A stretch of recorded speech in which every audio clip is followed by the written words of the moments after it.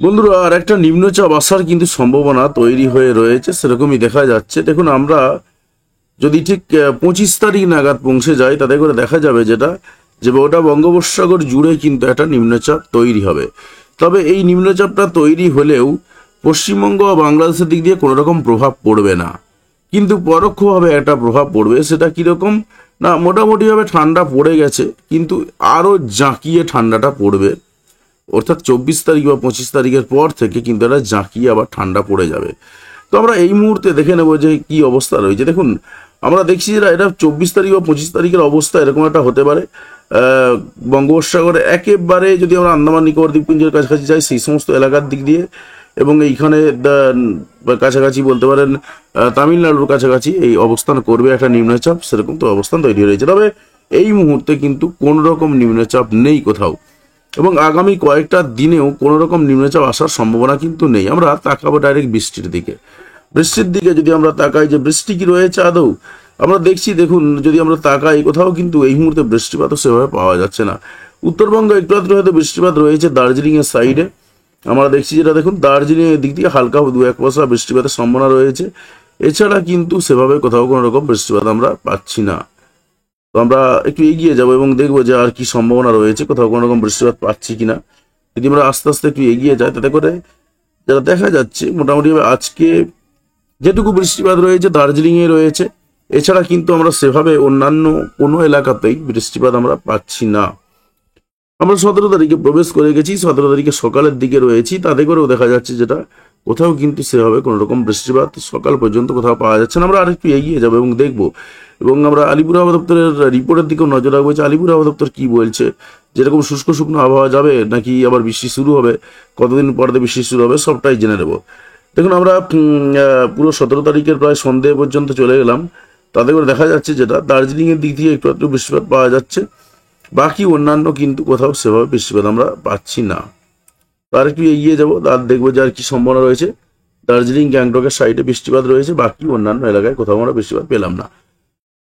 তো বৃষ্টিপাত আসার কিন্তু আপাতত সেভাবে কোনো রকম সম্ভাবনা নেই। যদি বৃষ্টিপাতের পরিমাণের দিকটা আমরা ফোকাস করি এবং তাকাই যে এই মুহূর্তে কোনো রকম সম্ভাবনা রয়েছে কিনা, এবং 17 তারিখের দিকটা যদি পুরোটা ফোকাস করি, তাতে করে পাওয়া যাবে যেটা, যে 17 তারিখে সারাদিন কিন্তু সেভাবে বৃষ্টিপাত মারাত্মকভাবে কোথাও নেই। দেখতে পাচ্ছেন, আমরা সকাল 12টা, রাত্রি 12টা থেকে শুরু করে সকাল রাত্রি সন্ধ্যে 7টা পর্যন্ত দেখছি, আর একটু বাড়িয়ে দেওয়া যেতে পারে। সারাটা দিন জুড়ে যদি আমরা দেখি, বৃষ্টিপাত দেখছো না, একদম 0 মিলিমিটার। অর্থাৎ পশ্চিমবঙ্গ, বাংলাদেশ, ত্রিপুরা, কোথাও কিন্তু উত্তরবঙ্গ, দক্ষিণবঙ্গ কোথাও বৃষ্টিপাত নেই। বৃষ্টিপাত যেটুকু একটু একটু পাওয়া যাবে, সেটা যেটা বলছিলাম, ছিটেফোঁটা বৃষ্টিপাত দার্জিলিংয়ের দিক থেকে রয়েছে, বাকি কিন্তু অন্যান্য কোথাও বৃষ্টিপাত নেই। এবার আমরা একটু তাকাবো যে ঝড় বৃষ্টি সবই দেখলাম, কিচ্ছু নেই, একদম শুষ্ক শুকনো আবহাওয়া রয়েছে। এবং মেঘের দিকে যদি আমরা তাকাই, তাতে করেও পাবো যেটা পরিষ্কার পরিচ্ছন্ন রোদ ঝলমলে আবহাওয়াই পাওয়া যাবে আপাতত কয়েকটা দিন, সেরকমই কিন্তু দেখতে পাওয়া যাচ্ছে। আমরা যদি একটু এগিয়ে যাই দ্রুততার সঙ্গে, তাতে করে পাবো যেটা কালকেও কিন্তু দেখা যাচ্ছে রোদ ঝলমলে আবহাওয়া থাকবে। কোথাও কিন্তু সেরকমভাবে কোনো রকম মেঘ নেই। যেটুকু মেঘ রয়েছে ছিটেফোঁটা সামান্য রকম মেঘ থাকবে, এছাড়া কিন্তু কিচ্ছু দেখতে পাওয়া যাচ্ছে না। আমরা তাপমাত্রার দিকটা ফোকাস করব এই মুহূর্তে। শীতকালের দিকে যেটা সব থেকে গুরুত্বপূর্ণ জায়গা হলো সেটা তাপমাত্রা। আমরা যদি কালকে ভোরের দিকে তাপমাত্রা দেখি, যে ভোর 4টে বা 5টার দিকে টেম্পারেচার কীরকম রয়েছে, দেখুন ভোর 5টার দিকে টেম্পারেচার রয়েছে 16 ডিগ্রি থেকে 18 ডিগ্রি সেন্টিগ্রেড তাপমাত্রা। পশ্চিমবঙ্গে, দক্ষিণবঙ্গের দিক থেকে বাংলাদেশের প্রায় পরিস্থিতি একই রকম। উত্তরবঙ্গের দিকে তাকাই আমরা, পশ্চিমবঙ্গের উত্তরবঙ্গে একই রকম অবস্থা, দার্জিলিং, কার্সিয়াং, এই সমস্ত জায়গাগুলোকে বাদ দিলে বাকি বেশিরভাগ জায়গাতেই কিন্তু 15 থেকে 18 ডিগ্রি সেন্টিগ্রেড তাপমাত্রা রয়ে ঘোরাফেরা করবে ভোরের দিকটা। আর একটু যদি বেলার দিকে আমরা তাকাই, যে ঠিক বেলা 2টোর দিক করে টেম্পারেচার কীরকম থাকবে, বেলা 2টোর দিকে টেম্পারেচার কিন্তু এখনও পর্যন্ত 29 ডিগ্রি থেকে 30 ডিগ্রি সেন্টিগ্রেড তাপমাত্রা রয়েছে। অর্থাৎ এখনও পর্যন্ত কিন্তু একটা মোটামুটিভাবে ঠান্ডা পড়ে গেলেও সেই গরমের আবহাওয়া কিন্তু এখনও পর্যন্ত রয়েছে। তবে সেটা বলছিলাম যে 24 তারিখ বা 25 তারিখের পরে পরে কিন্তু অনেকটা চলে যাওয়ার একটা সম্ভাবনা রয়েছে।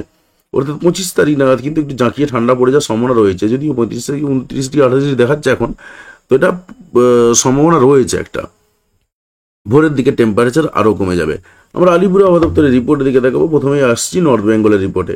নর্থ বেঙ্গলের রিপোর্টে কি পাওয়া যাচ্ছে 16/11/2024 আজকের ইভিনিং বা সান্ধ্যকালীন রিপোর্ট।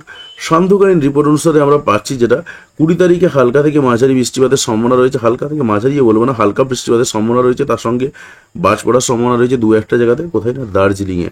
বাকি কিন্তু পুরো শুষ্ক শুকনো আবহাওয়া উত্তরবঙ্গের প্রত্যেকটা জেলাতে প্রত্যেকটা দিন, এবং একেবারে আমরা পাচ্ছি কত দিনের জন্য, সেটা 22 তারিখ পর্যন্ত।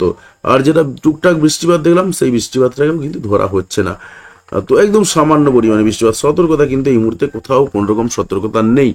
তো সতর্কতা দেওয়া রয়েছে একটা, সেটা হচ্ছে কুয়াশার সতর্কতা রয়েছে নর্থ দিনাজপুর, সাউথ দিনাজপুর এবং মালদা, যার ভিজিবিলিটি থাকবে বলা হচ্ছে যেটা 50 থেকে 200 মিটারের মধ্যে ভিজিবিলিটি থাকবে। এর পরেতে কিন্তু আর ভিজিবিলিটি পাওয়া যাবে না, এটাই রয়েছে বা দৃশ্যমানতা আর কি।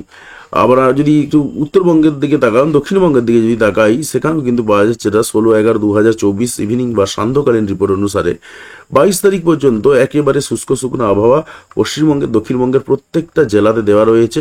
কোথাও কিন্তু কোনো রকম বৃষ্টিপাতের সম্ভাবনা নেই, বাজ পড়ার সম্ভাবনা নেই, কিছু নেই। সতর্কতার দিকে যদি আমরা তাকাই, সতর্কতা কি রয়েছে দেখুন, কোথাও কোনো রকম সতর্কতাও কিন্তু আমরা পাচ্ছি না। এবং যেহেতু নিম্নচাপ নেই, কিচ্ছু নেই, তাই স্বাভাবিকভাবেই কিন্তু সমুদ্রের যারা মৎস্যজীবী রয়েছেন তাদের জন্য কিন্তু কোনো রকম সতর্কবার্তা এই মুহূর্তে দেওয়া নেই। এবং আকাশের যদি আমরা মেঘের দিকে তাকাই স্যাটেলাইট চিত্র অনুসারে, সেখানেও দেখা যাচ্ছে একেবারে পরিষ্কার পরিচ্ছন্ন আকাশ। পশ্চিমবঙ্গের আকাশ, বাংলাদেশের আকাশ, ত্রিপুরার আকাশ একেবারে পরিষ্কার পরিচ্ছন্ন।